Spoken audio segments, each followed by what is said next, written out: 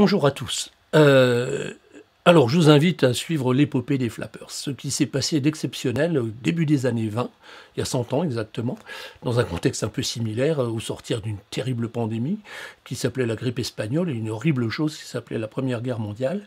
Tout apparaît possible pour les jeunes femmes de l'époque. Donc on a un mouvement féministe assez radical qui va naître en fait de cette période. Tout apparaît possible. On parle d'années folles au niveau français, de Roaring Twenties aux États-Unis, les années 20 rugissantes. Alors en simplifiant, je dirais, au sortir de cette Première Guerre mondiale et de l'épidémie, on a l'affirmation d'un féminisme sans concession, mais très, par ailleurs très émouvant, agréable. On a beaucoup d'empathie pour les flappers, qui illuminent les années folles. Donc on va rentrer dans le contenu. Alors ceux qui veulent voir les origines, vous reportez à la partie 1 sur l'implication des femmes dans la Première Guerre mondiale, qui explique pourquoi elles avaient pris une telle confiance en elles. Et il y a une partie 3 qui analyse pourquoi en France ça ne s'est pas tout à fait passé comme ça malheureusement.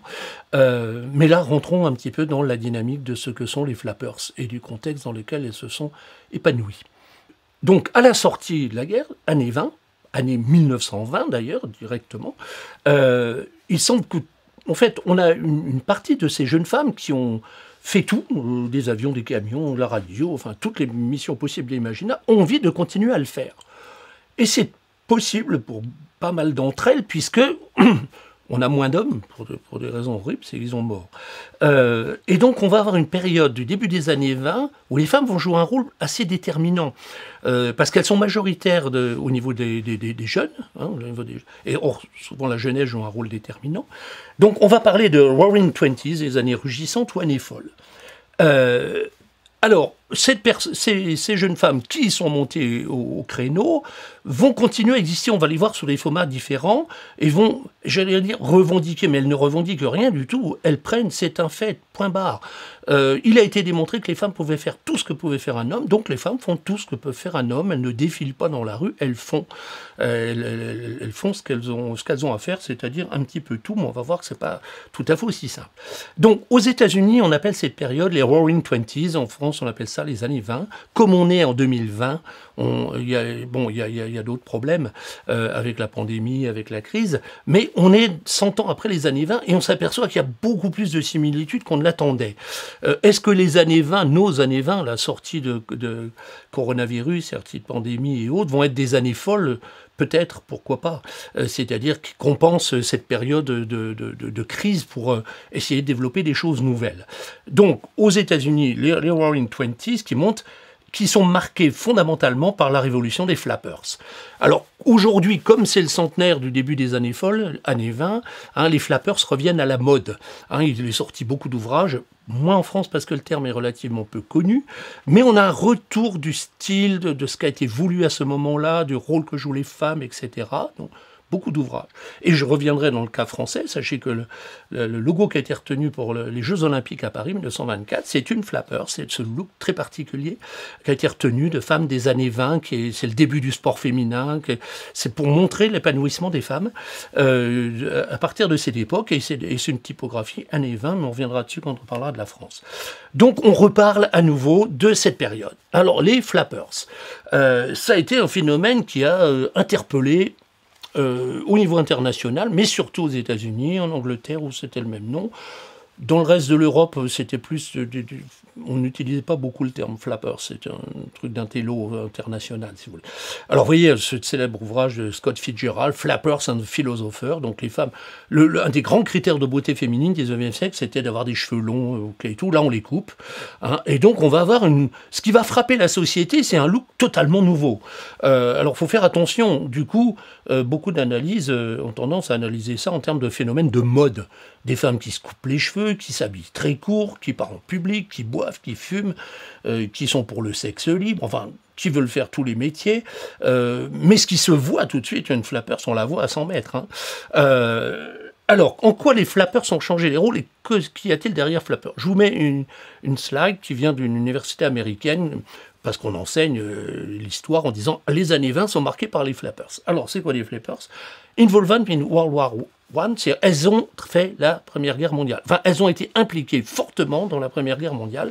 soit sur le terrain en étant sur place, soit en faisant tourner l'Amérique ou l'Angleterre, et on pourrait dire la France, mais on verra après. Elles veulent une indépendance totale. Elles sont indépendantes, elles se sont assurées, personne ne gagnait leur vie à leur place, c'est eux qui ont fait le boulot. Elles rejettent les valeurs traditionnelles, c'est-à-dire qu'elles n'acceptent pas que le rôle du chef de famille, traditionnellement, elles veulent voter, elles veulent les mêmes droits que les hommes. Alors on met demande, mais en fait, elles les assurent. C'est ce qui frappe d'ailleurs les féministes d'avant-guerre, suffragettes et tout, c'est qu'elles ne défilent pas dans la rue, elles ne demandent rien, elles font. Point barre. Et elles obtiennent le 19e amendement. Alors, le 19e amendement, c'est l'égalité homme-femme dans la Constitution américaine. Alors, un petit mot sur cela. Ça faisait longtemps que les femmes se battaient pour pouvoir voter aux États-Unis. Et ça s'est fait progressivement. Il a fallu 30 ans pour que les femmes aient le droit de vote dans les États américains. C'est partir des États de l'Ouest et c'est revenu vers l'Est. Ici, on voit, vous voyez, la liberté des femmes pour voter qui envahit petit à petit, à partir de l'Ouest vers l'Est. C'est-à-dire qu'au sortir de la guerre, pratiquement tous les États ont accordé le droit de vote aux femmes, mais sur des formats assez différents, pas pour toutes les élections, le droit de vote, mais pas toujours de se présenter, ou à un certain âge, ou si on est propriétaire, enfin je passe. Il y avait dans les États américains, donc le fait de voter, certaines villes n'étaient pas... Enfin, ce n'était pas quelque chose qui était fédéral pour tous les États-Unis. Le 19e amendement consacre l'égalité homme-femme, aussi d'être sénateur, d'être député, d'être tout ce que vous voulez, donc vous pouvez élire et être élu sans aucune réserve. Alors le sans aucune réserve, attention, hein, ça c'est le 12 août 1920, hein, le droit de vote pour les femmes, mais n'oublions pas qu'il y avait ségrégation raciale aux États-Unis, hein, et que le vote était réservé aux Blancs. Il faudra attendre le Voting Act, Voting Right Act, 1965 pour les femmes noires en bénéficient, ou les femmes dites de couleur, enfin de minorité ethnique. Donc voilà, pour les femmes, ça jouait pour les femmes blanches en fait, hein, et ça viendra plus tard pour les autres. Mais donc, je dirais, le phénomène, le fait que les femmes aient assuré grave pendant la guerre toutes les activités fait qu'il est impossible de leur refuser le droit de vote. Il y a bien des gens qui militent contre, mais comme elles ont déjà le droit de vote dans la plupart des États, il va y avoir un vote féminin quand il y a le 19e amendement, c'est-à-dire que les regroupements de femmes disent voter pour les femmes, que ce soit républicain ou que ce soit démocrate, peu importe. Est-ce que la personne pour qui vous votez est pour le vote des femmes? Et donc c'est un raz-de-marée. On constate un vote féminin. Alors là, pour le coup, ça touche autant la communauté noire que la communauté blanche. Je dirais même plus, le phénomène flapper va toucher tout le monde aux États-Unis, c'est-à-dire le rôle joué par les jeunes femmes, en fait. Alors juste avant de rentrer dans pourquoi c'est assez différent entre les États-Unis et l'Europe, l'impact comparé de la Première Guerre mondiale et de l'épidémie de grippe espagnole. États-Unis, donc mort Première Guerre mondiale, 117 000, épidémie de grippe espagnole, 700 000. Vous voyez un peu l'impact considérable sur une année et demie, hein, mais qui va toucher aussi essentiellement des jeunes hommes aux États-Unis. Grande-Bretagne, guerre de 14-18, 876 000 morts, épidémie de grippe espagnole, 228 000. France encore beaucoup plus marquée, morte pendant la guerre, puisque la guerre de 14 se passe grande partie en France, sur le territoire français. 1 700 000 morts, 14-18, c'est considérable, c'est comme 5 années de naissance de garçons, quoi, comme si on avait tué tous les petits garçons qui naissaient pendant 5 ans. Pour donner une idée, c'est une véritable hécatombe. Et les crédits de grippe espagnole rajoutent 250 000. Moins, pourquoi? Mais parce qu'on ne meurt pas deux fois, hein, tout simplement. France et Allemagne, les gens ils sont morts à la guerre, on ne veut pas mourir une deuxième fois. Mais voyez, aux États-Unis, ça fait 1 million de morts qui viennent de ces deux événements effroyables, sur une population qui atteint tout juste 100 millions à cette époque-là, donc 1%. France, 2 millions sur 40, un peu plus 41 millions à peu près, c'est-à-dire 5% de la population. Donc on va voir, l'impact va être différent, je le cite juste pour avoir une idée des chiffres, et de l'équilibre homme-femme, si vous voulez, qui va se passer. Et puis là, alors rassurez-vous, c'est le seul texte un peu, mais il est tellement bien fait, tellement bien écrit, qui donne le contexte sociologique. C'est un texte de Jacqueline Winspear, qui est une écrivaine anglaise, hein, qui, elle, naît après la guerre. Elle n'a pas fait la guerre comme les flappers. Hein. Elle est une jeune fille qui naît, mais son analyse est extrêmement percutante. Elle dit, voilà, Une jeune femme qui est de la Grande-Bretagne d'avant la Première Guerre mondiale s'attendait probablement que sa vie suive celle de sa mère ou de sa grand-mère. Selon sa situation dans la vie, elle pouvait travailler dans une usine, dans le service domestique, dans un magasin, dans un bureau. Si elle appartenait à la classe moyenne ou supérieure, elle restait à la maison jusqu'au mariage, espérée avant l'âge de 21 ans. L'âge moyen du mariage, c'est 19 ans, cette époque-là, pour donner. La vie des femmes était aussi restreinte que leurs vêtements. Donc voilà, on était dans son milieu jusqu'à la guerre de 14. La guerre, pendant les années 14-18, les femmes ont envahi les lieux de travail pour remplacer les hommes appelés à se battre. Aucun domaine d'activité n'a été épargné par les femmes. Elles ont construit des navires, des avions, des chars, fabriqué des munitions, conduit des trains, des bus, devenues mécaniciennes. Elles ont travaillé à l'étranger comme infirmières, chauffeurs d'ambulance, soutien militaire. Elles ont enterré les morts, livré le charbon, le lait. Les femmes policières ont sécurisé les rues et quelques 50 000 femmes ont travaillé dans les services secrets. Donc, expansion phénoménale du travail des femmes jamais vue auparavant, puisque le terrain est dégagé et qu'il faut assurer. Au moment de la signature de l'armistice de 1918, une femme britannique âgée de 16 à 32 ans n'a qu'une chance sur 10 de pouvoir se marier. Le recensement de 1921 révèle qu'il y a 2 millions de femmes excédentaires en âge de se marier. Alors, c'est un phénomène absolument considérable. Alors, ce qui est frappant, c'est qu'on voit le décalage entre la sociologie et le ressenti individuel. Jamais dans les textes on trouve des flappeurs, ces jeunes femmes de l'époque, elles ne s'inquiètent après la guerre de se marier. Déjà, se marieront ou pas, elles veulent une égalité totale, elles veulent être libres, elles veulent une sexualité libre. Enfin, elles font rien pour se marier, diraient d'autres. Et l'angoisse des mères, c'est que leur fils tombe amoureux d'une flappers qui sera incontrôlable. Mais le fait est que 9 sur 10, même si elles voulaient se marier, ne le pourraient pas. Et ça joue aussi sur le fait des enfants. Elle dit l'euphorie de l'armistice cède la place à une profonde dépression collective. Ça, c'est vrai en Angleterre, c'est moins vrai aux États-Unis. Il était clair que la vie ne reviendrait pas à la normale, en particulier pour une femme. Certes, il y a celles qui sont mariées, mais on a vu très minoritaires, mais beaucoup ont vécu une vie solitaire. Elles ont ouvert une nouvelle voie, réalisant qu'elles devaient assurer leur sécurité financière. Les femmes sont devenues des enseignantes, des scientifiques, elles ont travaillé dans les affaires, sont devenues juges de paix, sont entrées en politique. Et si elle ne trouvait pas un travail, elles l'ont créé. Alors, petit bémol, elle est écrivain, elle parle des femmes d'un certain niveau. Évidemment, tous les 2 millions de femmes ne sont pas devenues toutes en scientifique, travailler dans les affaires ou juges de paix. Et on va voir, c'est un des problèmes qu'on a rencontrés. C'est qu'elles ont dû créer leur travail, puisque personne ne s'occuperait d'elles, comme on disait auparavant. Elles étaient autonomes. Alors, elle dit, l'entre-deux-guerres est devenu l'âge d'or de la romancière britannique, elle est romancière, un travail que l'on peut faire à la maison sans formation. Hein, dit-elle. Je crois qu'un archétype est né dans ces années, celui de la femme britannique fière, opiniâtre, mais avec un cœur d'or. Je la connaissais, elle était une des dames qui m'invitait à prendre le thé parce qu'elle voulait voir des enfants dans sa vie. La chance de devenir mère était morte quand elle avait perdu son amour pendant la Grande Guerre. Alors sachez que dans cette période, on va réserver des métiers aux femmes. Le cas extrême, c'est en Allemagne où toutes les comment dirais-je, les institutrices doivent être célibataires. On va réserver ça aux femmes qui ont perdu leur mari ou qui ne pourront pas se marier. On dit, voilà, comme ça, il y aura des enfants, elles s'en occuperont mieux que n'importe qui. Et encore très récemment, c'est un métier qui était réservé aux femmes célibataires. On va voir envahir justement la professeure anglaise qui s'exportera d'ailleurs, qui enseignera pour des enfants. Enfin, on va voir des métiers se développer puisqu'il est indispensable de s'assumer. Donc il faut avoir ce contexte sociologique en tête pour comprendre le phénomène. Mais enfin, c'est pas comme ça que résonnent les flappers, elles vivent, point bas. Donc après l'hécatombe de la Première Guerre mondiale et de l'épidémie de grippe espagnole, on sort de l'horreur totale, pour dire, c'est 70 millions de morts en tout, enfin, c'est phénoménal, c'est 70 fois plus qu'aujourd'hui. Les flappers portent un immense plaisir de... Ce qui apparaît en premier, c'est le fait d'être vivant, d'avoir survécu et à la guerre et à l'épidémie. Donc on a une joie de vivre énorme. Elle est plutôt portée par les femmes. Pourquoi? Parce qu'elles sont très majoritaires dans la jeunesse, comme le dit l'écrivain. C'est-à-dire que les hommes, beaucoup sont morts, beaucoup sont rentrés handicapés, blessés à vie, etc. Et donc les femmes ont ce côté joie de vivre qui va être porté par la nouvelle génération. C'est des jeunes femmes, en fait, entre 16 et 25 ans, dirons-nous, majoritairement, celles qu'on va voir le plus. Les autres profiteront aussi de ce mouvement, mais elles, on les voit. Elles sont visibles, on les voit parce qu'elles ne sont pas habillées.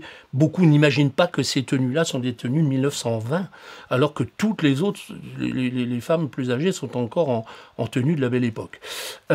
Donc cette joie de vivre va s'exprimer, c'est ce qui va marquer le plus, parce qu'on fait plutôt des films des filles qui dansent plutôt que des filles qui travaillent à l'usine.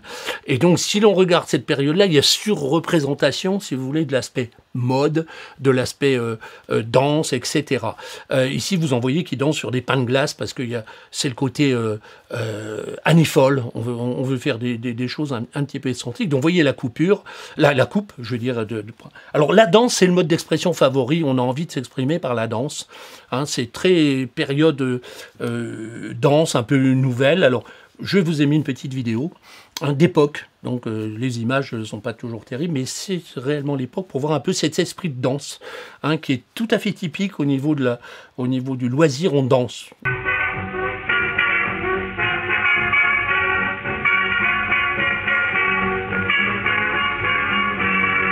Happy feet, I've got those happy feet, deep them all down me, and they begin dancing. I've got those 10 little tapping toes, and when they hear a tune they can't control, a dancing feels to save my soul. Weary blues can't get into my shoes, because my shoes refuse to ever go weary. I keep cheerful on an earful of music sweet, 'cause I've got happy feet.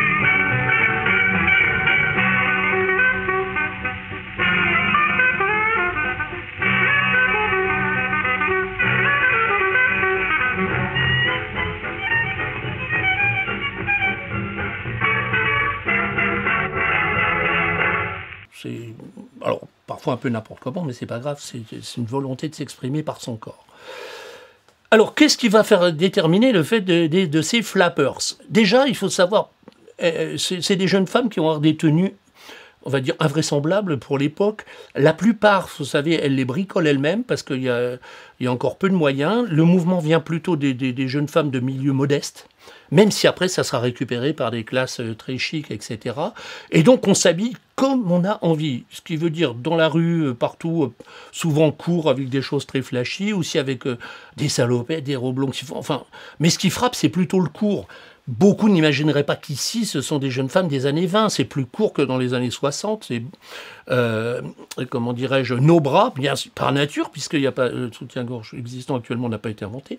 Et donc, c'était des espèces de super corsets. Bref, donc il y a une liberté du corps qui choque la société, puisque on ne voit pas ça ailleurs. Même les personnes les plus avancées, quand on regarde, par exemple, un petit peu ce qu'écrit Virginia Woolf, qui est un symbole du modernisme, de l'écrivaine féministe, mais elle est déjà plus âgée, elle a 38 ans en 1920. Alors, les flappeurs ne sont pas directement connectés aux féministes affirmées d'avant-guerre, peu d'échanges avec les suffragettes qui ont obtenu ce qu'elles voulaient, et les flappeurs y ont contribué. Elles sont peu politisées, elles sont peu reliées au monde intellectuel, c'est pas des intellos, elles se définissent elles-mêmes comme étant mécaniciennes, comme étant travailleuses, etc. Et même au monde intellectuel moderniste. C'est pas une pensée intellectuelle qui a entraîné le fait d'avoir des actions. Et Virginia Woolf, qui les accueille dans son cercle de réflexion, qui passe pour être un des plus brillants et des plus modernes qu'il y ait eu, elles se sont déstabilisées après les avoir vues. Elle dit qu'il lui faut plusieurs jours pour s'en remettre, parce que leur modernité, leur allure, leur vie débordante, leur franc-parler, leurs ambitions sans limite, leur liberté dans tous les domaines, voilà. Elles se sont déjà d'une autre génération en voyant cette force de vie en fait qui vient s'imposer. Alors les flappers ont révolutionné le vêtement, ça avait déjà été le cas, mais forcé pendant la guerre. Après, ça va durer pas très longtemps. Alors ça commence comme ça. Et ça, c'est des flappers toute première génération, donc des jeunes filles de milieu modeste. Il n'y a pas de style, des vêtements bricolés. Ça libère le corps, c'est flashy, c'est festif, voilà. Et progressivement, alors on voit des flappers sur les années 1922, vous voyez, très flou, très libre. On va dire, mais c'est quoi? C'est un caleçon, c'est une tenue de bain, c'est une robe, c'est tout à la fois. Ça sert pour aller dans la rue ou d'aller n'importe où. C'est une liberté assumée. Hein, vous voyez, flappers 1926, vous voyez des tenues, voilà, pratiquement, c'est toujours elles qui les font. Il faut savoir, c'est que juste après, années 24-25, on va avoir la mode Stina Levin qui va être repris en main par Chanel, etc. Et tout. Donc vous voyez ce look très libre qui est le Flappers. Alors, qui dénote, alors il n'y a pas d'a priori... en fait, les flappers disent non, on ne donne pas de style, on s'habille comme on veut, selon les circonstances. Vous habillez court ou long, pour nous c'est pareil. Enfin, c'est généralement plutôt court dans la rue. La vie est trop courte pour s'habiller long. Hein. Mais ça peut être autre. Short aussi, ce qui n'existait pas avant. Ici, vous voyez... Alors, Hollywood, le cinéma américain va énormément s'appuyer sur les flappers. Il va arriver une nouvelle génération de jeunes femmes extrêmement libres, qui font ce qu'elles veulent, comme elles veulent, quand elles veulent. Donc, il va créer d'ailleurs des générations, les Paramount Junior Girls, et vous voyez Louise Brooks ici, hein, qui vont en fait être intégrés, comme on met des jeunes footballeurs dans les équipes de foot, si vous voulez, pour renouveler le style, faire passer le cinéma américain à sa modernité, en fait. Hein. Alors, au niveau des tenues, c'est ce qui frappe le plus. Donc, je sais pas que je vais pas vous faire un cours sur la mode, hein, mais le fait est que toute la société dit, mais vous les avez vus. Alors, ici, vous voyez, par exemple, ce look des salopettes oversize qu'il y avait dans les usines d'armement, qui les avait tellement marquées, elles vont le garder avec des choses, avec des gros ourlets. Ça marque celles qui ont fait la guerre, celles qui ont été dans l'industrie d'armement. Donc, ça montre qu'on était de celles qui ont fait bouger l'Amérique. Hein, donc, elles vont les garder, elles vont les utiliser pour tout un tas d'activités. Hein, et c'est aussi un signe de reconnaissance sociale. Et ça va amener aux vêtements pour toutes les activités qu'on envahit. Le principe fondamental des flappers, c'est qu'on peut faire tout. On ne fait pas un métier l'un après l'autre, on peut tout faire, caméra woman, pilote de chat, enfin tout ce que vous voulez. Et donc on doit s'adapter, il n'y a pas de vêtements prévus pour elle. Et donc on va avoir des styles qui naissent chez les flappers. Généralement on détourne des vêtements d'hommes qu'on va réadapter. Et dans un second temps, ça donnera des tenues purement féminines. Ici vous voyez les premières joueuses de tennis, avant c'était pas un sport féminin, donc elles prennent des tenues d'hommes. Alors, on va voir, elles fument en public, mettent des cravates. Elles veulent montrer qu'elles ont strictement les mêmes avantages que les droits des hommes. Donc, on va revenir là-dessus. Les premières femmes aviatrices aussi, elles vont utiliser des combinaisons d'hommes avant d'avoir des choses qui soient définies pour elles. Donc, on occupe le terrain avec assurance. Ce qui frappe à cette époque-là, c'est leur assurance. On a assuré pendant la guerre, on a tout fait. On a été capable de le gérer. Tout le monde a dit qu'on le faisait mieux que les hommes et que c'était vite fait, bien fait. Et donc on assure. Et on envahit tous les sports. Donc c'est la naissance du sport féminin qui n'était infaisable en crinoline, évidemment, ou avec des tenues anciennes. Donc comme là, on libère le corps, on va avoir une explosion du sport féminin. Liberté de mouvement, déplacement, des tenues. Donc on fait sauter tous les obstacles en développant des tenues adaptées pour une libération totale. Donc, développement du sport féminin, individuel et collectif, c'est l'explosion à ce moment-là. Ça vient aussi de la période conflit. Développement du sport d'hiver et tout, donc les femmes envahissent tous les sports.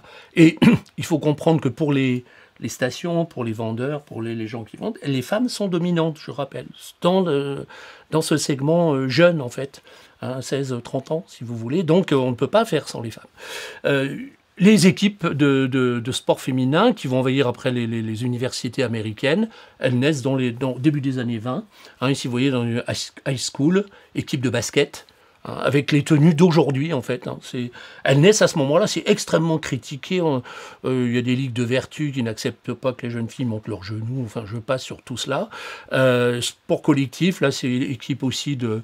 alors voilà, les shorts au-dessus du genou, des nombreuses plaintes parce que les uniformes sont trop révélateurs, mais le succès emporte les critiques. Donc le mouvement flapper, il a du pouvoir parce qu'au début, ce sont des personnes qui sont incontestables. Elles ont joué le rôle, elles ont assuré pendant la guerre, elles occupent le terrain, on a besoin d'elles pour des métiers fondamentaux. Et donc, on peut difficilement critiquer cette attitude. Donc, je dirais, elles ont, comment dirais-je, une liberté d'action quand on va voir qu'elle va se refermer assez rapidement. Alors après, ensuite, l'industrie, la mode suit l'adaptation des vêtements de sport pour les femmes, donc accompagne cette évolution. Alors, quelque chose qui est retenu contre les flappers au début, c'est ce qu'on appelle les mauvaises manières des flappers. Alors, Les plus jeunes, les plus bronchées, celles qui ont envie un peu de choquer le bourgeois, comme on dirait, elles partent d'un principe, on peut faire tout ce que fait un homme, donc on a droit aux mêmes vices que les hommes. Et si on veut avoir les mêmes droits, il faut les utiliser, sinon ils disparaîtront. Par exemple, on boit de l'alcool, on fume, on drague, enfin on fait ce qu'on veut. Alors boire de l'alcool en public, vous verrez quelques images, ça ne se fait pas, en plus on est en pleine prohibition. Hein.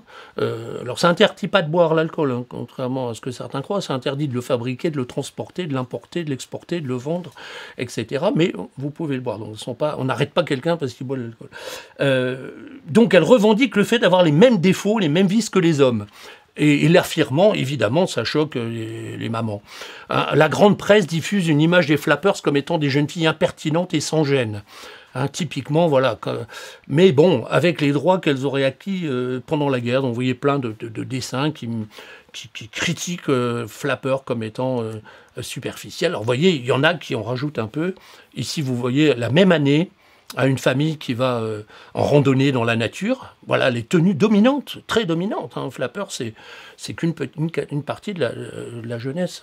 Donc vous voyez, qui n'ont absolument pas la même tenue, hein, qui picolent, qui fument. Bon, donc, pour passer à côté, alors fumer en public, c'est un élément clé. Alors les dames d'un milieu plus supérieur ont un fume-cigarette, mais c'est parce que si les hommes fument, on fume, point barre. Il n'y a aucune raison, et si on ne fume pas, en plus, on risque de nous l'interdire après, donc il faut occuper le terrain. Alors il y a des critiques, on dit, mais les mauvaises manières des flappers, fumer, boire, ça s'étend progressivement. Les femmes plus âgées, les femmes des classes aisées, donc le phénomène flapper secoue la société, parce que c'est quand même plus marrant d'être habillé comme ça comme avant. Alors il y a des guides, alors c'est absurde, il ne peut pas y avoir un guide des bonnes manières pour une flapper. Flapper, elle fait ce qu'elle veut comme elle veut. Donc. Mais il y en a qui sont faits en disant quand même aussi de personnes qui disent cherchons pas trop à choquer, ça va nous retomber dessus, utilisons toute notre liberté, et en plus on voit guère la différence entre la mauvaise attitude et la bonne, à part d'être un peu vautré sur son siège. Alors, comment réagit la société américaine? Alors ici, je mets un texte qui vient de la première femme élue au Congrès, justement, qui a profité du 19e amendement, donc la représentante de l'Oklahoma. Elle dit, voilà, qui est à blâmer pour cette nouvelle et scandaleuse jeune femme qu'est la Flappers, puisqu'elle a des mauvaises manières. Elle dit, elle reporte la responsabilité sur leur mère. Elle dit, leurs mères passent leur temps à prendre des thés l'après-midi ou à jouer au bridge, elles ne savent pas tenir leurs filles qui vont traîner en automobile. Il y a aussi des femmes qui sont avancées, puisqu'elles représentent la société, qui critiquent le phénomène flappers. Et notamment, et ça va être plus pernicieux qu'il n'y paraissait au début, il va y avoir une bataille sur les vêtements, parce que vous avez vu les tenues, menées par les ligues de vertu. Alors les tenues autorisées, par exemple sur une plage, il y aura une bataille sur les plages, bien que ce soit les mêmes tenues en ville que sur la plage, ça va être parce que c'est trop court. Alors, pendant les années 20, on cache son corps, on va se baigner en étant complètement couvert. Il arrive les flappers, robes et jupes très courtes, shorts, maillots, etc. Comment dirais-je, nos bras, etc. Considérés comme scandaleuses par les ligues de vertu. Et il va y avoir une partie de la société américaine qui est moins connue, une sorte de Tea Party. Ce sont ces ligues qui veillent aux bonnes mœurs et tout. Et elles jouent un rôle important pendant les élections. Elles représentent la vieille Amérique. Et donc les politiques font... Et elles disent, mais il y a des jeunes filles qui se baladent dans des tenues invraisemblables, indécentes, et on ne respecte pas la loi. Et donc elles demandent que soient appliquées des règles et qu'elles soient appliquées. Et vous verrez, si vous regardez cette époque-là, tout un tas d'images de policiers qui viennent vérifier si elles n'ont pas des tenues trop courtes. Au début, ça fait rigoler tout le monde. Vous voyez, les filles, ça les fait rire en disant le mec, c'est le passé, quoi. Il vient voir si on a les jambes, si on a un short. Puis elles sont en groupe. Les flappers sont toujours en groupe. Elles sont nées de la solidarité qu'il y a eu entre femmes pendant la guerre. Donc, au début, il n'y a pas vraiment de sanctions. Ça amuse pas les policiers, mais il y a eu des plaintes déposées par des ligues qui disent, il paraît que c'est pas correct par rapport aux enfants, etc. Donc au début, ça va pas être trop grave. Alors ici, vous voyez typiquement, ça c'est une ligue de vertu qui a tenu à venir vérifier que des règles sur la décence étaient appliquées. Donc il se déplace en disant, et on interpelle le maire en disant, il semble que sur la plage ou dans la ville, il y a des gens qui se baladent avec des tenues qui ne correspondent pas, donc ils viennent vérifier. Donc vous voyez, ça, c'est les anciens d'Amérique. On vient voir. La jeune femme, elle a un bandeau là qui dit qu'elle s'habille comme elle veut quand elle veut. Hein. Elle n'est pas en tenue de plage particulièrement. Elle a des bas, des hauts talons, etc. Mais elle s'habille très court. Et ici, vous voyez par exemple des arrestations de flappers en tenue jugée indécente sur une plage américaine par des policiers déguisés en touristes pour ne pas être repérés. Hein, voilà. On avait dit oui, mais si elle voit des policiers, elles se préviennent, donc on envoie, voilà, et ça lui fait. Elle pense que ça. Enfin, elle n'y croyait pas au début qu'on pouvait se faire arrêter parce qu'on s'habillait comme on voulait, vu qu'on avait tous les droits. Mais ça s'étend et ça devient assez violent. Ici, vous voyez une ligue de vertu encore. Hein, là, on embarque, vous voyez, une dame qui tient une flappers par le bras, on va dire, j'en ai au moins attrapé une, quoi. Et le policier qui embarque, arrestation de flappers, fin des années 20, en présence d'une ligue de vertu, qui vont arriver à faire interdire pas mal de choses, en fait, notamment à cause de ces tenues. Et ici, je vous montre un cas qui est presque extrême, alors qu'on ne l'attendrait pas là, c'est à Toronto, qui est pourtant... Alors, Canada, États-Unis, les flappers ont joué à peu près le même rôle. C'est une ville pourtant considérée de tout temps comme libérale, mais il y avait depuis longtemps, en 1896, une police des affaires morales qui va se réactiver, si vous voulez, en ciblant les femmes célibataires, jeunes et ouvrières. Alors ici, vous voyez, années 20, vous avez vu, tenue blanche, courte et tout le monde regarde, le mec, il va se taper la borne à incendie, là, telle qu'il est parti. Hein. Et ici, vous voyez une ligue de vertu qui manifeste sur le problème des filles à Toronto. Hein, le fait qu'il y a dans la rue des jeunes femmes qui ont des revenus modestes, qui baladent en tenue très courte. Donc, elles arrivent à introduire la notion de suspicion de prostitution. C'est-à-dire qu'elles peuvent être arrêtées sur le seul fait de se promener seules dans des lieux publics en tenue trop courte. Et ça, c'est grave parce que pour avoir un travail, si vous avez été arrêté pour suspicion de prostitution, les flappers sont absolument pas des prostituées. Et donc la réaction de la société la plus conservatrice américaine va devenir assez pernicieuse, assez violente, hein, par rapport à ces jeunes femmes qui croient avoir tous les droits. Et c'est vrai, elles croient avoir tous les droits, ce qui est justement ce qui fait leur force, par rapport à elles d'une autre génération qui ne les avait pas. Enfin, ça devient plus tendu vers la fin des années 20. Alors, sur l'aspect de l'évolution du look et de la mode, parce que aujourd'hui, 80% des gens qui analysent les flappers, ils pensent que c'est un phénomène de mode. Or, la mode n'était pas le phénomène. Les vêtements étaient différents pour des raisons plus fondamentales. Donc, vous voyez ces tenues très, très, très amples, qui pourraient être tout à fait actuelles, très, très tendance. Donc, mode des jeunes flappers, ça va progressivement aller vers le monde chic. C'est-à-dire que c'est sûr que se balader avec des tenues 19e, ça passe plus trop. Donc la société américaine va basculer, le style va s'assagir un peu, c'est un petit peu plus long, et on va voir les dames de la bonne société adopter le look flappers. Vous voyez, là, j'avais extrait d'un dessin dans un journal à Chicago, en 1924. Vous voyez, ah non, t'habilles pas comme ça, encore une flapper. C'était une critique, ça voulait dire que t'es une fille impertinente, mal fagotée. Et puis là, restylée, ça va devenir, au contraire, le symbole même de la mode américaine. Et bon, le fait d'avoir un bandeau dans les cheveux qui empêchait qu'ils soient emportés par des machines, ça vient typiquement de la guerre. Ça va d'avoir les cheveux courts, d'avoir quelque chose très près du corps. Ça va être retraité évidemment par les gens du design, par le monde de la mode. Et cette mode va tout envahir. Ici, c'est une high school américaine, 1925, vous voyez. Et donc, la société chic américaine devient look flapper.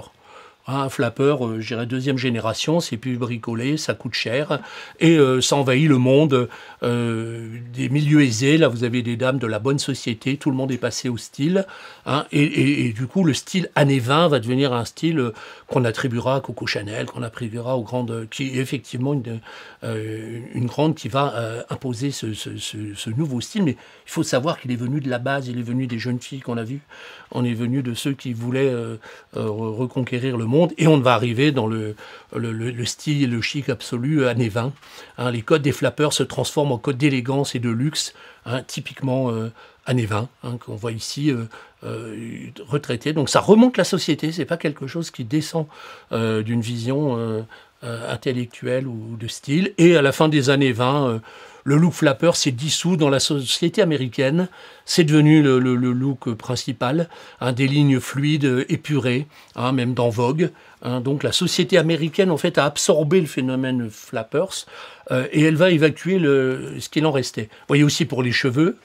Hein, il y a eu une mode à la fin, juste avant la guerre, d'avoir des cheveux longs mais montés en l'air, ce qu'on appelait le Gibson Girl, qui était le symbole de la modernité.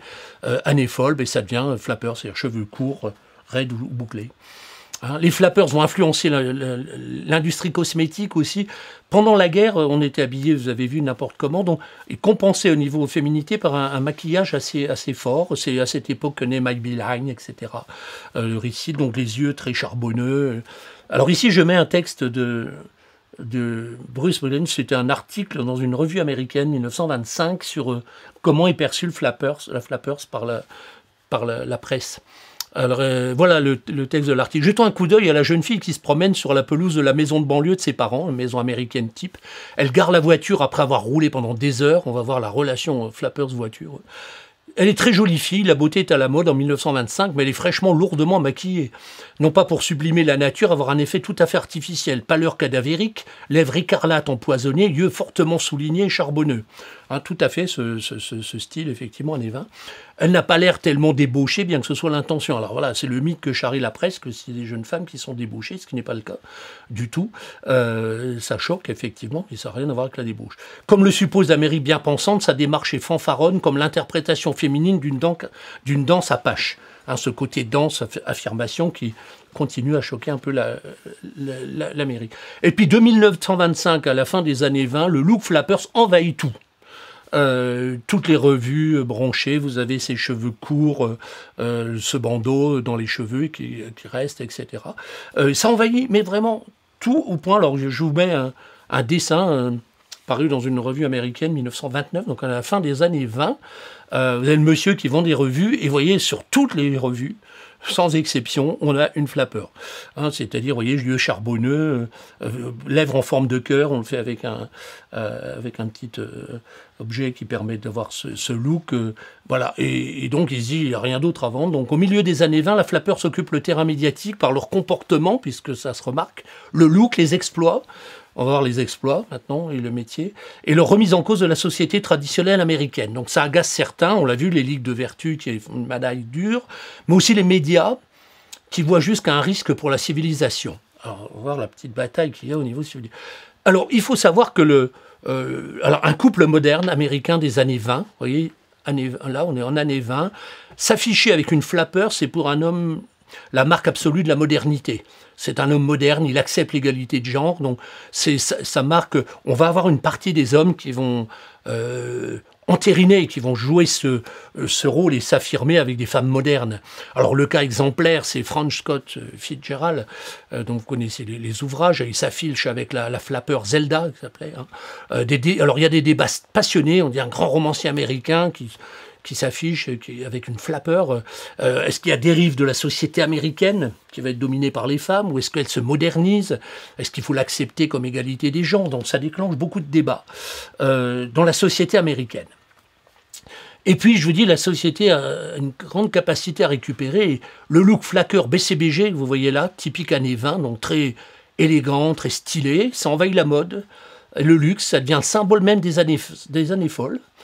Mais c'est dans un second temps, hein, c'est une posture qui est partie de jeunes filles ouvrières techniciennes, si vous voulez, vers des classes plus aisées, hein, et ça va marquer donc plus la fin des années 20. Alors maintenant, si on regarde l'activité des flappers, c'est-à-dire leur métier, alors on est très, si on compare aujourd'hui, très girls in tech. Pourquoi?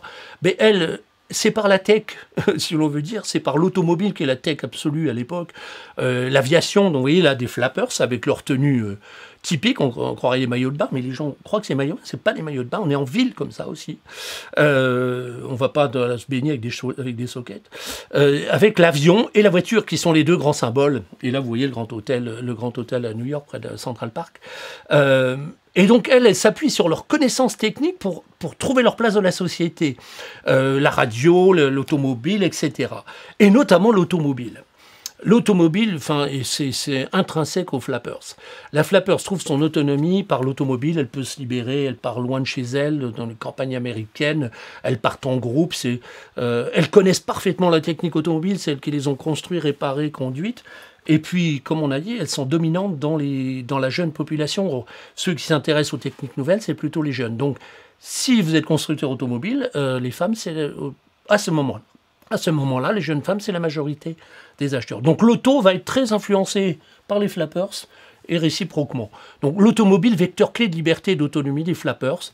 Hein, on se balade à travers... alors tout le monde dit, mais où elles vont? Mais qu'est-ce qu'elles font? Des road trips à travers les États-Unis. Elles bougent en groupe. Hein, et l'automobile, c'est la plus noble conquête des flappers, si vous voulez. Donc vous voyez là des flappers avec leur look, la salopette héritée de la guerre. Et l'automobile, qu'elles connaissent parfaitement bien. D'ailleurs, elles continuent à travailler. Il y a beaucoup d'ouvrières dans l'industrie automobile. Hein, puisque, je dis, manque d'hommes. Alors l'automobile est encore chère, mais elle est accessible aux flappeurs modernes en groupe ou en location. Elle loue une automobile pour un week-end, pour une semaine. Donc vous les voyez, là, typiquement, look cheveux courts, etc., qui partent en groupe. Ce qui n'existait pas avant. Hein, vous voyez toutes avec la tenue voiture extérieure. Ça, c'est typique des flappers en vadrouille, qui partent, tout le monde dit, mais où elles vont, et elles reviennent tard. Et l'expansion de l'automobile dans les années 20 est extrêmement pilotée par les femmes. Elles jouent un rôle, on définit les voitures en fonction d'elles. Ford comprend l'enjeu fondamental des femmes. Vous avez des femmes dans toutes les pubs automobiles. La Ford T est conçue pour les femmes, notamment au niveau de la conduite qui était trop dure. C'est une sorte de conduite assistée, une des toutes premières, et un permis spécial qui permet de conduire même si on n'a pas des bras de camionneur. Et là, vous voyez par exemple une pub de Ford qui s'intitule, j'ai traduit, la femme manager de l'automobile. Hein, voilà, c'est elle qui conduit, enfin on sait que c'est elle qui manage l'auto pour la famille et qu'elle est très exigeante. Et par exemple, je vous montre là une pub de l'époque qui avait été faite pour Philco, il faisait des batteries, qui est très mal passée, il a fallu l'enlever parce que vous voyez, donc c'est des femmes qui sont parties en vadrouille, et là la voiture est sur des rails, alors qu'il y avait un stop, hein, elle est sur un passage à niveau, et on dit, voilà, Philco, là, il ne faut pas que la batterie vous lâche dans un moment comme ça. Mais les femmes ont considéré que c'était méprisant, parce que ça veut dire qu'elles sont déjà pas capables de s'arrêter un stop, pas capables de vérifier la batterie, et puis qu'elles attendent de l'aide, apparemment. Donc, bon, ça a été dégagé. Donc, les femmes et l'auto, c'est quelque chose qu'elles maîtrisent. Au point que, par exemple, là, je vous montre, c'est extrait d'une plaquette publicitaire pour une high school américaine pour jeunes femmes, un lycée qui vous dit, nous on a des cours de mécanique automobile, donc parce que c'est très attractif pour les jeunes femmes. Hein, années 20. Hein, bon là c'est pour la photo, elles ont des salopettes toutes propres, hein, pour montrer. Mais là on a les mains dans le cambouis, c'est très mécanicienne, c'est un mot qui est très tendance à cette époque-là. Outil de liberté, d'affirmation, de partage. Donc l'auto va permettre en grande partie d'obtenir une grande liberté d'action, de mouvement et de déplacement pour les femmes américaines. Donc, je voudrais passer toutes les pubs américaines des années 20 pour l'auto.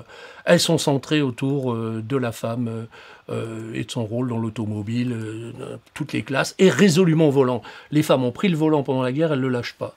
Hein, on montre le monsieur derrière et la femme au volant devant. Donc ça fait partie de cette évolution. Hein. Après là, on dit voilà, elle est tellement bien fait que le mari veut reprendre le volant, vous voyez, mais elles n'ont pas envie de le lâcher. Et c'est resté aux États-Unis, il y a toujours cette approche dans les constructeurs d'avoir des véhicules conçus plus spécifiquement pour les femmes. Le type même, c'est la Ford Mustang, hein, qui a été conçue sur un axe, la voiture de liberté de la femme, total look, permis de conduire à 16 ans, etc. Donc c'est resté, ça vient de l'époque des flappers. Alors que font les flappers comme métier ? Alors là, il y a un décalage entre les icônes des flappers et la réalité concrète. On a vu que beaucoup de femmes devaient s'assumer seules, quoi qu'il arrive, puisqu'elles ne se marieraient pas. En plus, elles n'auraient pas d'enfants, c'est ça qui va plus les frapper. Et donc, elles doivent s'assumer. Alors, les métiers des flappers, a priori, tous les métiers, c'est marqué sur tous les papiers, il y a des revues qui s'appellent flappers et tout, on a strictement les mêmes droits que les hommes, ça ne se discute pas, ça ne se remet pas compte, donc on fait tous les métiers. Et notamment ceux qui sont très masculins a priori, parce que ça montre qu'on est capable de faire mieux. Donc a priori, c'est tous les métiers. Mais il n'y a pas que des métiers de très haut niveau disponibles, et pour des femmes qui n'ont pas fait tellement d'études par ailleurs. Leurs études, ça a été la guerre, donc c'est très bien la guerre, elle a sorti. Après, le système continue à dire, mais est-ce que vous avez fait des formations qui permettent de... Alors, flappeur iconique. Alors justement, pour montrer qu'on sait tout faire, il y a la période des flappers casse-cou. Voilà, c'est quelque chose, c'est des femmes cascadeuses, professionnelles ou pas, il y a la montée du cinéma, mais aussi qui organisent des shows pour montrer qu'elles sont capables de faire tout ce que fait un homme plutôt mieux. Alors passer d'un avion à un cheval, d'un train à une voiture, de sauter sur un train à toute vitesse, de faire des shows sur des avions, de quitter son avion, faire le tour de l'avion et revenir à sa place de pilote, enfin, des choses invraisemblables, il y aura des morts d'ailleurs, qui montrent que il y a totale possibilité de faire. Et dès qu'un bonhomme fait un exploit, on va faire mieux, de toute façon. Et donc, c'est cette période... Alors, ça impressionne beaucoup les jeunes filles qui veulent justement, qui sont de cette génération qui veut tout faire. Donc, elles sont admiratives de ces femmes qui font des numéros. Là, vous en voyez qui dansent en haut d'un building, hein, sur leur bord, de montrer que on a peur de rien. Hein, on a été associé à l'effort de guerre, on sait. Donc, ça marque. Si vous voyez, c'est apparemment jeune femme de bonne famille, sa spécialité, elle, c'est de sauter à cheval au galop au-dessus d'une voiture où il y a des gens qui passent sur la route. Vous voyez, ça, c'est son entraînement. Et puis là, elle passe, il y a des gens dans la voiture, donc pour les films, etc. Donc, période un peu de... alors, ça va être survalorisé, puisqu'on va parler plus d'une cascadeuse que de quelqu'un qui tape à la machine dans son usine. Beaucoup, donc, d'exploits extrêmement dangereux, bon, pour la plupart. Hein. On saute d'une moto sur un train en marche, on saute d'un immeuble, train qui passe, sur des motos, enfin, tout ça. Alors, je vous ai mis un petit film d'époque, qui vraiment vaut le détour. Parce que l'idéal, c'est un petit peu d'être pilote, mais il n'y a pas tant d'avions que ça. Donc être pilote, on va voir des familles iconiques pilotes. Il y en a qui veulent elles montrent leur propre garage pour avions, fabrication d'avions. Et là, je vous montre un film d'une jeune femme qui veut créer une activité de réparation en vol pour les avions. Elle part d'un point, elle dit si jamais le train d'atterrissage est cassé, il vaut mieux monter avec un avion, passer d'un avion à l'autre, réparer le train d'atterrissage pour atterrir sans risque. Et vous allez voir le film réel de la jeune femme qui va aller réparer un train d'atterrissage en vol, il faut le voir pour le croire. Donc voilà, je vous laisse le regarder.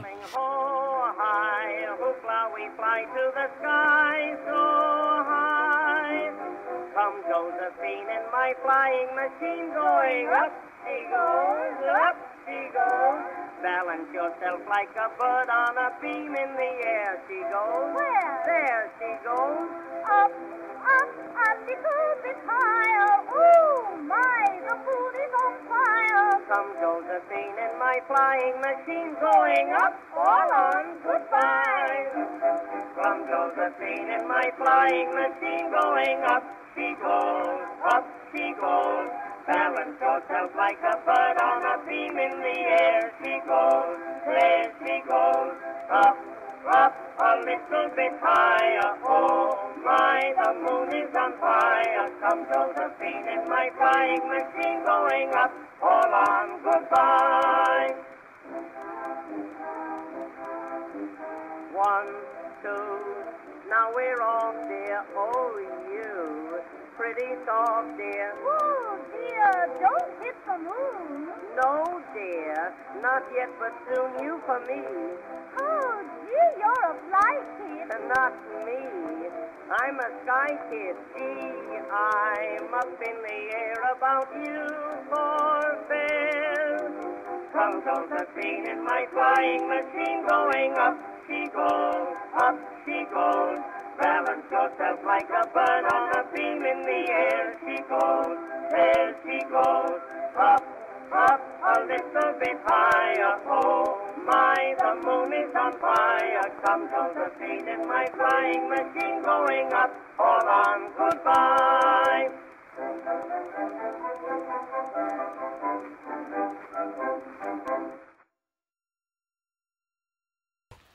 Alors les flappeurs iconiques, j'en mets quelques-unes qui marquent la société. Elles sont pas dominantes en nombre, mais elles sont tellement iconiques que toutes les jeunes filles rêvent de faire comme elles. Alors Amelia Earhart, qui est une des toutes premières femmes pilotes, alors c'est typique, elle a 18 ans quand se termine la Première Guerre mondiale, donc elle travaillait dans une usine qui faisait des avions. Alors c'était bien, elle sait faire les avions, travailler dessus, les mécaniques, mais elle pilotait pas. L'armée américaine n'a pas embauché de femmes pilotes pour la guerre. un tout petit peu en essai ou en premier vol pour voir si l'avion fonctionnait. Et donc ça, c'était une frustration. Donc beaucoup qui travaillaient sur les avions voulaient devenir pilote dès que c'était possible. Donc elle a eu des tout premiers brevets de pilote, où ils allaient passer le brevet en France, comme la jeune femme qu'on a vue juste avant, parce que l'aéronautique était plus développée en France. Et donc elle va avoir 10 records du monde. Et puis alors, ils veulent des records du monde qui ne soient pas des records la première femme qui... Ça, c'est bien, mais ça suffit pas. C'est être le premier ou la première à toute catégorie confondue. C'est pas. Donc, bien sûr, elles sont aussi la première femme, voilà, pilote d'essai ou pilote de ligne, mais elles veulent des succès complets. Alors, elle va disparaître dans le Pacifique. Toute l'armée américaine la recherchera pendant des semaines parce que c'était une icône absolue. Donc, nous, on l'a mis comme étant marraine posthume de nos formations Innovation pilote d'équipe Innovation Team Leader, parce que c'est une pionnière, 7 records du monde, et c'est l'archétype de l'aventurière moderne. Elle a fait rêver des générations de jeunes filles. Alors, voilà ce qu'elle disait. Ses textes, en plus, sont très intéressants. Elle dit « Ne perdez pas de temps avec les choses que d'autres font déjà ou peuvent faire. Concentrez-vous sur ce qu'ils ne peuvent pas ou n'osent pas réaliser. » Elle vous dit, ce qu'il faut, c'est faire des choses qui n'ont pas déjà été faites. Cherchez pas juste à faire comme les hommes, ça suffit pas. Elle sera citée d'ailleurs par Marilyn Monroe, qui sera de génération après Deuxième Guerre mondiale, qui dit, si vous cherchez à être l'égal d'un homme, une femme qui cherche à être l'égale d'un homme, elle manque d'ambition, c'est tout. Il ne faut pas être égal, il faut faire mieux, faire autre chose. Et voilà ce qu'elle dit aussi, elle dit expérimenter, rencontrer des nouvelles personnes, c'est mieux que n'importe quelle éducation scolaire.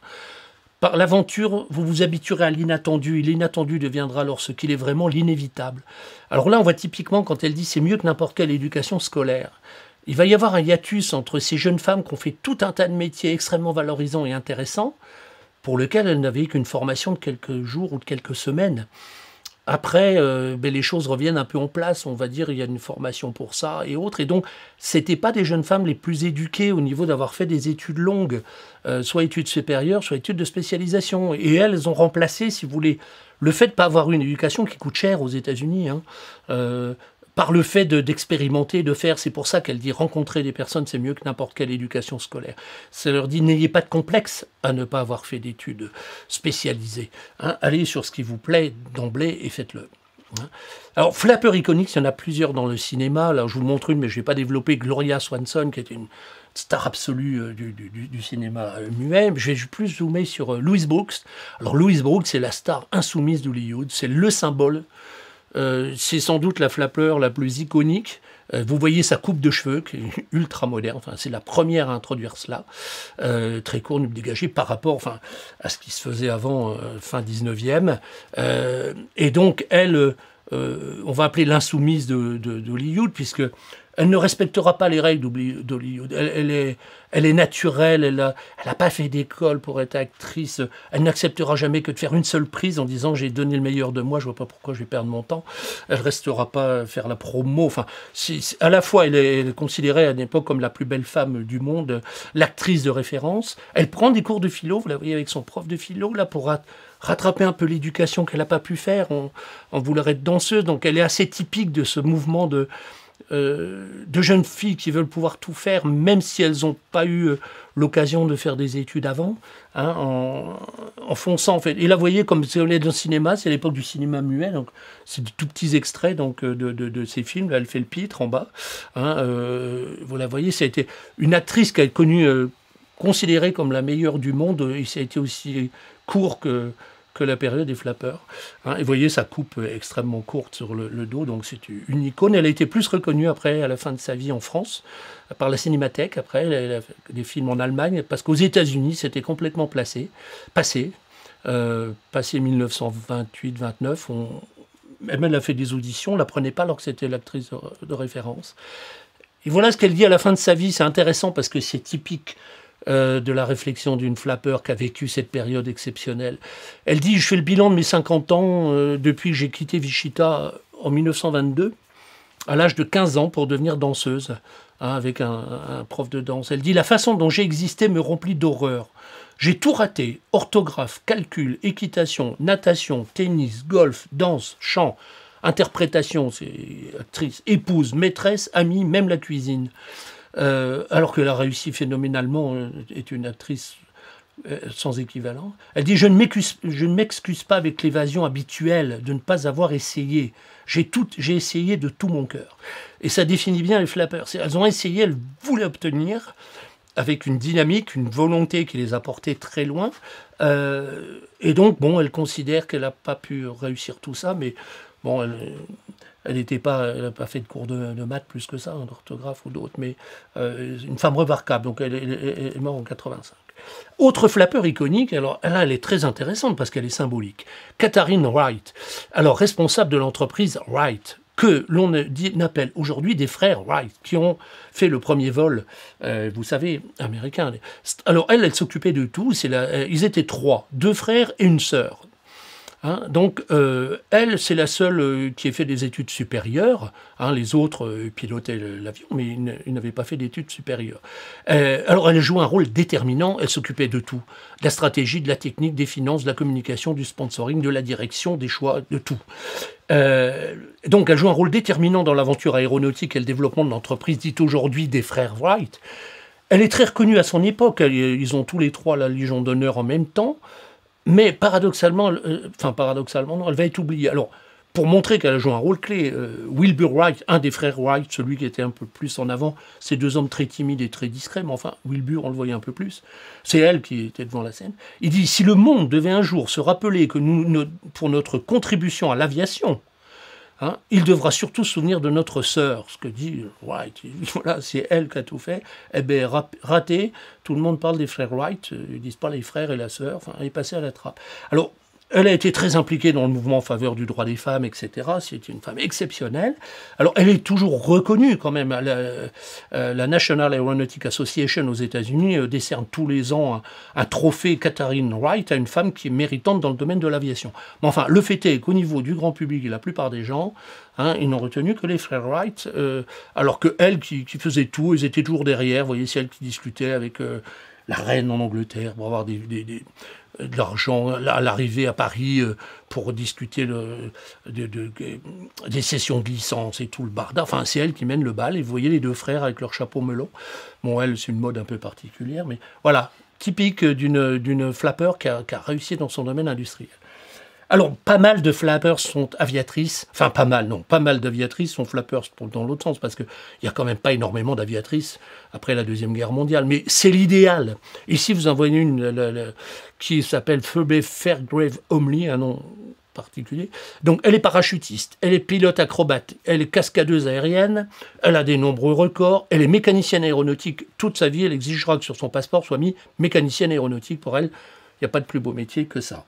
Elle va être la première femme pilote de ligne. Hein. Elle sera conseillère spéciale du président Roosevelt, responsable des programmes de développement de la FAA, Federal American Aeronautical Administration. Donc elle va connaître un épanouissement complet en étant partie de la base, mécanicienne automobile. Eleanor Roosevelt, la femme du président Roosevelt, dirait que c'est une des femmes dont les réalisations permettent de dire sans se tromper que le monde est en train de progresser. Et donc c'est bien cette génération qui a fait de son activité découverte pendant la guerre son support pour monter au plus haut niveau. Et vous la voyez ici avec d'autres, c'est les flappers aviatrices, hein, qui se regroupent. Donc l'instinct de groupe est clé chez les flappers. Et là vous avez Amelia, hein, vous voyez la jeune femme dont on a parlé tout à l'heure, qui est morte en tendant le premier tour du monde aéronautique. Alors aussi l'auto, on a dit l'auto c'est... Les flappers adorent l'auto parce que c'est leur outil de liberté. Alors, vous en avez quelques-unes iconiques dans l'auto. Alors, une qui fera rêver toutes les Américaines, et au-delà d'ailleurs, parce qu'elle a passé dans le monde entier, et elle a débuté en France. Aloha Wandervell, hein, qui est canadienne, première femme à faire le tour du monde en automobile. Mais elle, c'est particulier. Elle va obtenir un emploi. Elle voit une petite annonce dans Riviera, qui est la version du Herald à Paris, en fait, pour une embauche, une petite annonce pour embaucher un pilote d'automobile. C'est un riche industriel qui doit faire le tour du monde pour ses affaires, pour développer son activité dans le monde entier. Donc il cherche quelqu'un qui puisse conduire une automobile, la réparer et tout. Donc il veut un homme. Et elle a 16 ans, elle vient. Elle ne dit pas qu'elle est une femme avant, il les reçoit. Et elle est tellement dynamique, tellement compétente, tellement capable de faire n'importe quoi avec une voiture, et notamment de la réparer, qu'il va l'embaucher. Donc, et cette jeune femme de 16 à 25 ans, à 20 ans, excusez-moi, 4 ans, elle va faire 600 000 km, 80 pays autour du monde. Et elle, en plus, c'est une femme qui fait de la com, hein, c'est-à-dire qu'elle elle envoie des selfies, on dirait aujourd'hui. Hein. S'il y avait eu Instagram à l'époque, elle aurait été partout. Donc, elle envoie des photos, elle est en Autriche, elle explique les pays où elle passe. Donc, elle fait rêver par ça. Et ici, vous voyez son arrivée, je ne sais plus si c'était en Inde ou au Bangladesh. Donc, le bateau arrive, on décharge l'auto, elle est dessus. Enfin, c'est la star, quoi. Hein, c'est le rêve de la flapper de base. Hein, c'est d'être cela, de pouvoir aller dans le monde entier. Et elle présente ses aventures. Ici, vous voyez, c'est à New York, dans des grands théâtres, United Artists, voilà, avec Aloha Wendervelt en personne, hein, qui vient. Il y a son véhicule qui est devant. Elle explique comment elle a traversé l'Égypte et tout ça. Non, ça fait rêver les flappers. Mais quand on regarde statistiquement, je pourrais dire, si de temps en temps, il faut voir le poids relatif des choses. Alors, les flappers, on va voir, disparaissent à la fin des années 20 de façon assez brutale, mais leur influence est très, très forte sur la société américaine, y compris dans les années 30, c'était juste là et au-delà, notamment sur l'égalité homme-femme et la promotion professionnelle. Le fait que toute femme puisse faire n'importe quel métier, n'importe quelle activité, autant qu'un homme, sans aucune limite, quelle restriction que ce soit, est effectivement beaucoup plus acquis dans la société américaine que dans la société européenne, France particulièrement. Donc le fait de ça, c'est venu, et on a des icônes dans le travail.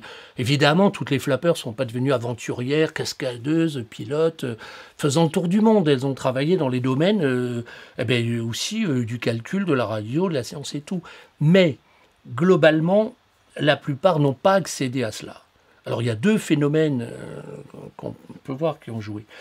Déjà, à la fin de la Première Guerre mondiale, donc on a vu beaucoup de soldats tués, beaucoup de gens handicapés, etc. Donc, faible probabilité de pouvoir se marier pour une femme, si elle le voulait.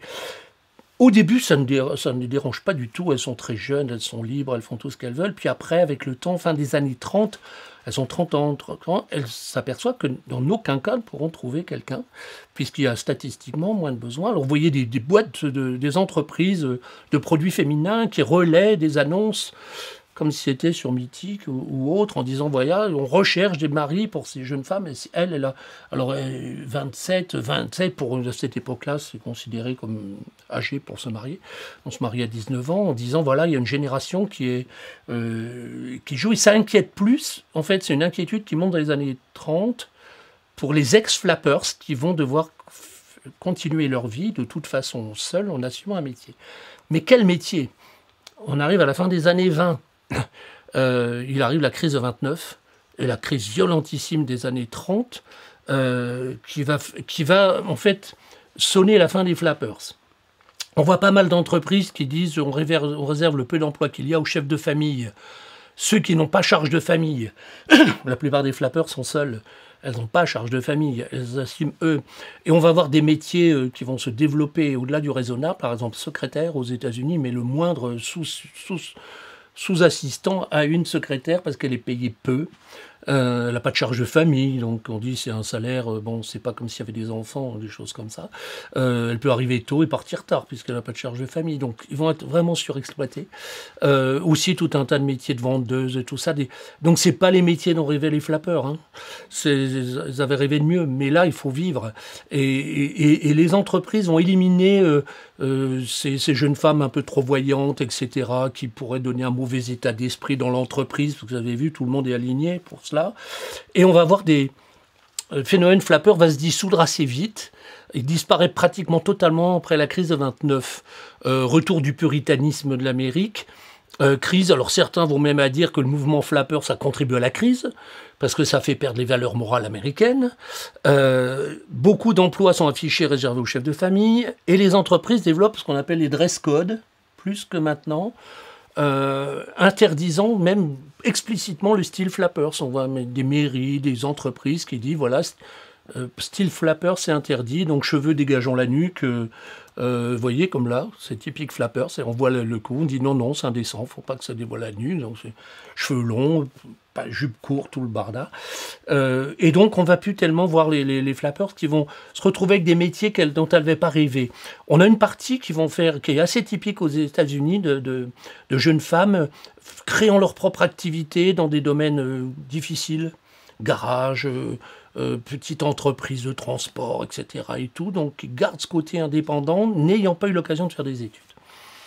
Pour autant, je dirais même si le phénomène s'atténue, mais ça a influencé la société américaine, les flappers ont marqué de façon irréversible l'évolution du statut de la femme et des nouvelles avancées. Il faut savoir qu'aux États-Unis, il n'y en a pas que le 19e amendement, quand même, l'égalité. La France, ça n'arrivera qu'après la Deuxième Guerre mondiale, le droit de vote, hein, sans parler du droit d'être élu, mais il y aura aussi des avancées sur le statut des femmes, d'avoir un compte en banque indépendant, sur le même niveau que les chefs de famille, etc. Donc il y a cette avancée-là. Années 30, donc situation difficile, crise violente, donc on les met de côté. Et puis arrive la Deuxième Guerre mondiale, et là, à nouveau, on sollicite les femmes exactement comme à la Première Guerre mondiale. More women necessaire to win, we can do it, vous connaissez cette... Ça c'est la Deuxième Guerre mondiale. Alors, vous voyez, les femmes sont nécessaires pour... Vous voyez toute la liste des métiers, c'est indiqué, plus des centaines d'autres métiers de guerre. Avec le temps, la technique est devenue un peu plus importante et la prise de conscience qu'il y a au niveau des féministes américaines, si vous voulez, c'est dire, oui, après la Première Guerre mondiale, un des problèmes qu'il y avait, c'est qu'il n'y avait pas un niveau d'éducation très élevé des femmes avant la guerre. Et donc, pendant la guerre, elles ont grillé les étapes. Mais après la guerre, il faut voir que le fondamental, c'est l'accès à l'éducation de toute éducation spécialisée, éducation supérieure. Et donc, plus qu'après la Première Guerre mondiale, la promotion des femmes passe par un accès à l'éducation supérieure et spécialisée pour assurer une émancipation durable. Si on veut des bons métiers, il faut avoir une formation qui soit bonne. Le temps de guerre ne suffit pas.